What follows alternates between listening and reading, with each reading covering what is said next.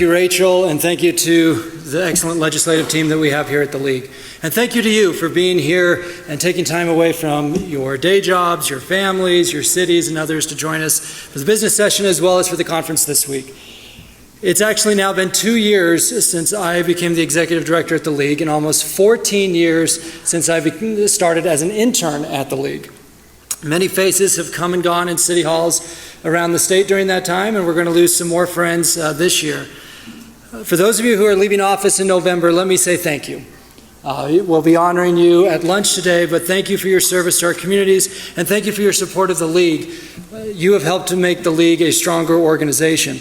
Particularly, I want to thank some of our board members who will be leaving office this year. Richard Barnett sitting up here in the front, Nicole Martin of Harriman, Brett Graham is staying on the board through the end of the year, but will be leaving office at the end of the year. And some of those who've been on the board in years past, like Steve Pruden of Tooele and Steve Fairbanks of Sandy, Beth Holbrook, formerly of Bountiful, Jim Brass of Murray. I could go on and on about those individuals, as well as city managers like Matt Creamer, who's been involved in city government about as long as I've been alive, I believe, and we'll miss you. So thank you for your contribution, and thank you to all of you who have made a difference in your communities and with the League. In fact, last year was the first time in a long time that all 248 cities and towns belonged to the Utah League of Cities and Towns.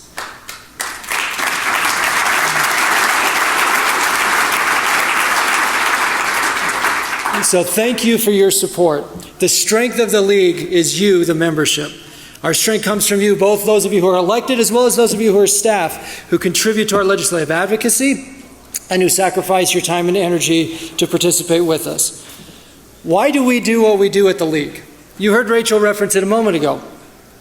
We do what we do at the League because local government matters. What you do matters. You make decisions that impact your neighborhoods. You make decisions where you're balancing the needs of today's residents and tomorrow's residents. You're thinking about what do we need to do today in order to be prepared for the future tomorrow. Cities work because you invest in services. Cities work because you invest in infrastructure. Cities work because you listen to all points of view. Cities work because you care about the safety of your residents, the character of your community, how we get around, how we connect, where we work, where we live, where we play, and the quality of our air and water. Our board of directors and our staff work tirelessly to make sure you have the authority you need to do what you've been elected to do. Here on the League staff, Roger, too, John Hiskey, Dave Church, and Meg Ryan have all been part of the League family since my intern days. And that's not an age joke. That's just a fact. They've all been around for a considerable amount of time. But you've also heard from new members of the League family. You heard from Rachel and Wayne, Carson, our unsung hero in the back. Well, you see the legislative team. But we also have a home team that does phenomenal work for the organization. Meg Ryan, for example, planned this conference. She's our in-house land use planner. Susan Wood, you've seen some of her communications work. She and John Oliver handle our communication outreach. Nick Jarvis and Abby Volek handle our administration. Our event planners, Amy McConkey and Nicole Handy, have done a terrific job this week. We are a small but a very dedicated team. And I'm grateful for our staff's passion to your cause, and I'm proud to work alongside them. So I'd like to give them a round of applause.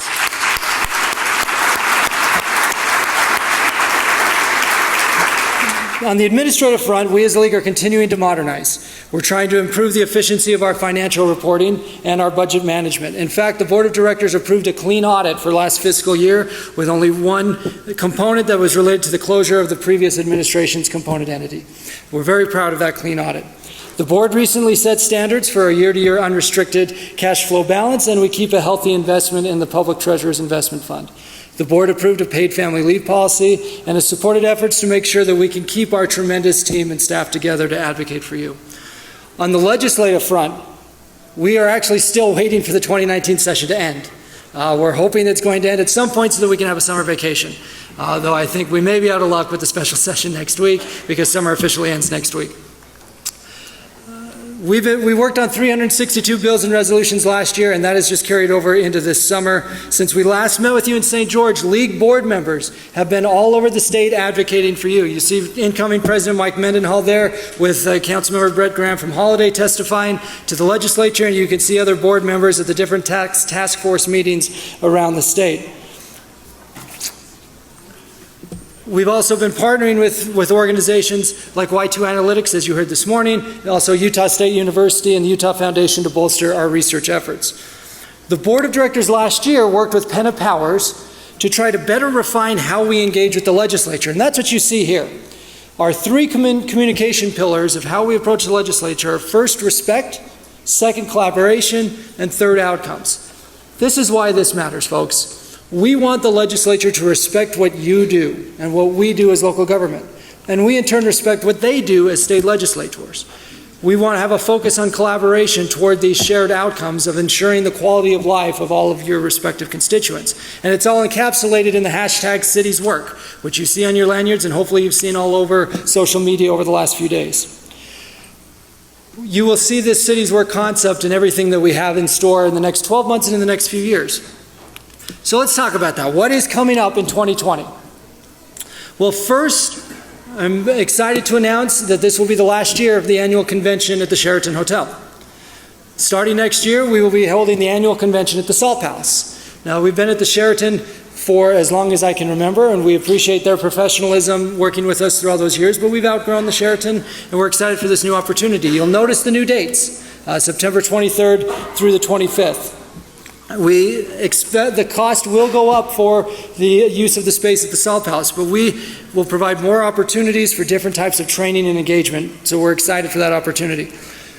By extension, we've contracted with John Park, who is a former city manager, to help us improve our elected officials essentials training, which many of you attended when you were newly elected. We'll be holding those again in December and January, and also to help develop more deep dive training options, whether they're at the conference or elsewhere, and to identify which training topics matter most to you and your communities. Second, we plan to unveil a new league website. At the annual convention next year at the Salt Palace, you'll see a new website. This is our current website.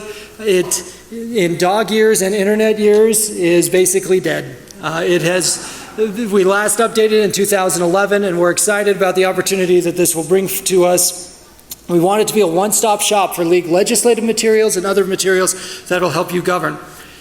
As we prepare for these changes, both at the convention as well as with the website, we want to make sure we are matching what we are doing with the needs that you have, the why of why the league exists. As a result, next week you're going to receive a strategic survey from us that will help us both with these two big events, but also help our board of directors when they have a strategic planning effort next month. Watch for that in next week's Friday Facts so that we know what your priorities are and so that we can better plan our limited bandwidth as staff. We can't be everywhere. We can't be everywhere, every time, every place. So we want to make sure that where we are dedicating our resources and our bandwidth is what matters to you. By extension, you're going to continue to see in 2020 more communication tools from us, including the Cities Work podcast. I'm not going to take it personally, but I am going to ask how many people have listened to our podcast. That's awesome. That's more than I expected, and we actually do track the data, so I have a general idea how many. But thank you for those of you who've listened, and for those of you who haven't, you can download it anywhere you can get a podcast. We do this podcast twice a month. In fact, just this week, we've recorded podcasts with Andy Card, with Dave Biggs from yesterday, and with Joe Minicozy, so that you can refer back to the lessons you've learned for these past couple of days. So those will be available in the weeks to come. All of these keynote speakers from last mid-year, including Brock Long, have podcasts. And so you can find those either from our website or downloading them where you get your podcasts. And again, it's the Cities Work podcast, so you'll see the incorporation of that hashtag. We also link these through the Utah Policy website. We have a relationship with them, and our board of directors, as well as some of you, have submitted op-eds and columns to Utah Policy. Again, our overall objective here is to show state policymakers and the general public that cities are working to enhance the quality of life of our residents. Third, in the upcoming year, we are partnering with the Utah Municipal Attorneys Association for amicus briefs. And we also are partnering with them in a national effort to try to fight state preemption at the legislature. We're very excited about this opportunity, and it came in part because of our outreach with the National League of Cities, and this is the fourth big thing coming in 2020. I've been elected by the state league directors around the country to serve on the National League of Cities Board of Directors. So I'm excited about that opportunity.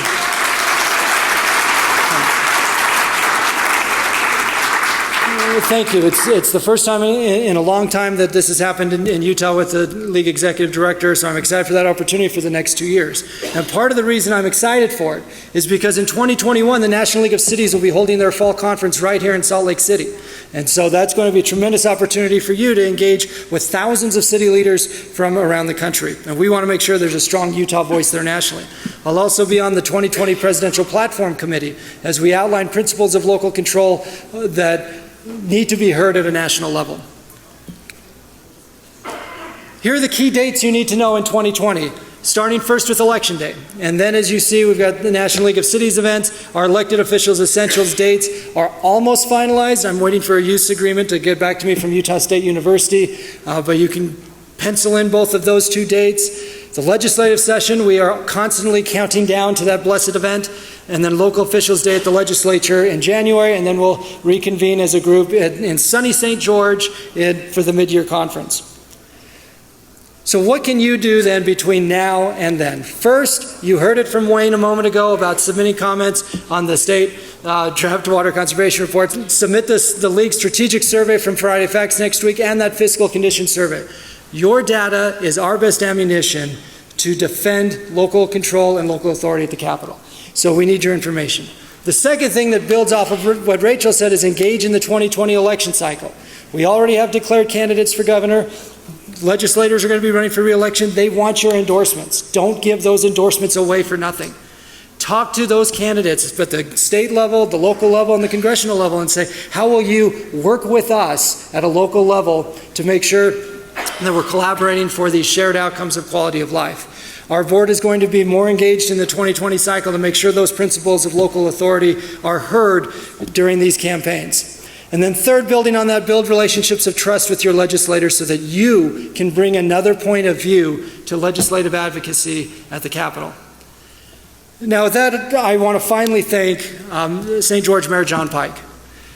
You can see the pictures up here, though I don't actually recognize this guy because the Mayor Pike I know has a bit of a beard. But nevertheless, I believe these are one and the same.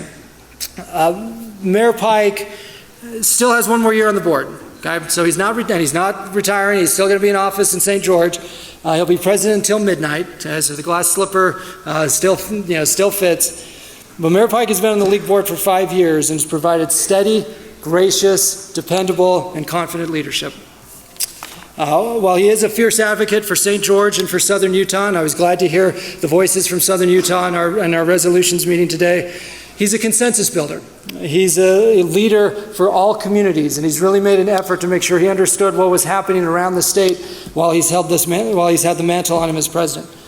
Personally, I'm grateful, for his generosity with his time, his vision for the organization, and his friendship to me, his support of me, and to my family. Sorry, Mayor. I've also loved having a Utah fan as president. That's right, go Utes. So Mike Mendenhall, as you take over tomorrow, that's something you can learn, okay?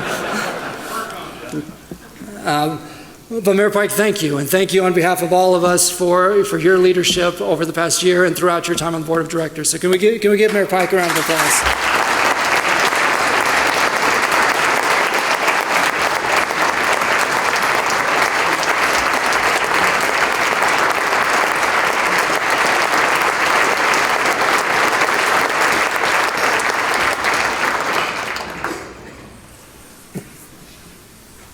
In closing, we have legislative challenges ahead of us. We have a growing population to plan for. We have communities to lead. That said, because of people like Mayor Pike, because of people like Councilmember Mendenhall, because of the Board of Directors, and because of you, I am proud to report today that the state of the League is strong. Thank you very much.